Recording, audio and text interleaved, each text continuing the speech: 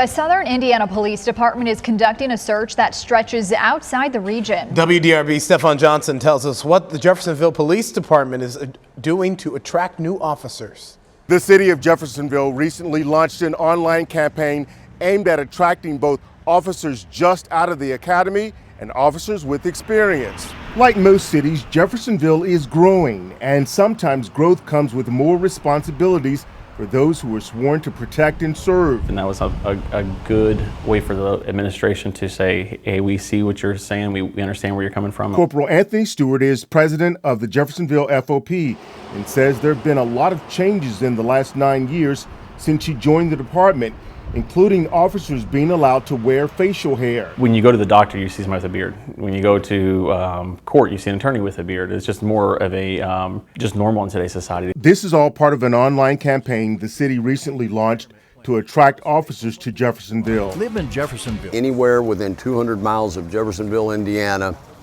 over Instagram, Spotify, Facebook, and YouTube, you're going to see all this digital ad campaigning hitting. In the last several months, Jeffersonville City Council has voted to increase pay and shorten work weeks. We took a new approach. I wanted to get aggressive. It's tough to hire police officers in today's world, and you don't get near as many applications as you did just a few years ago. With the thought of how can we be different, what can we offer, the city put together a package to increase the incoming salary to $66,000 a year.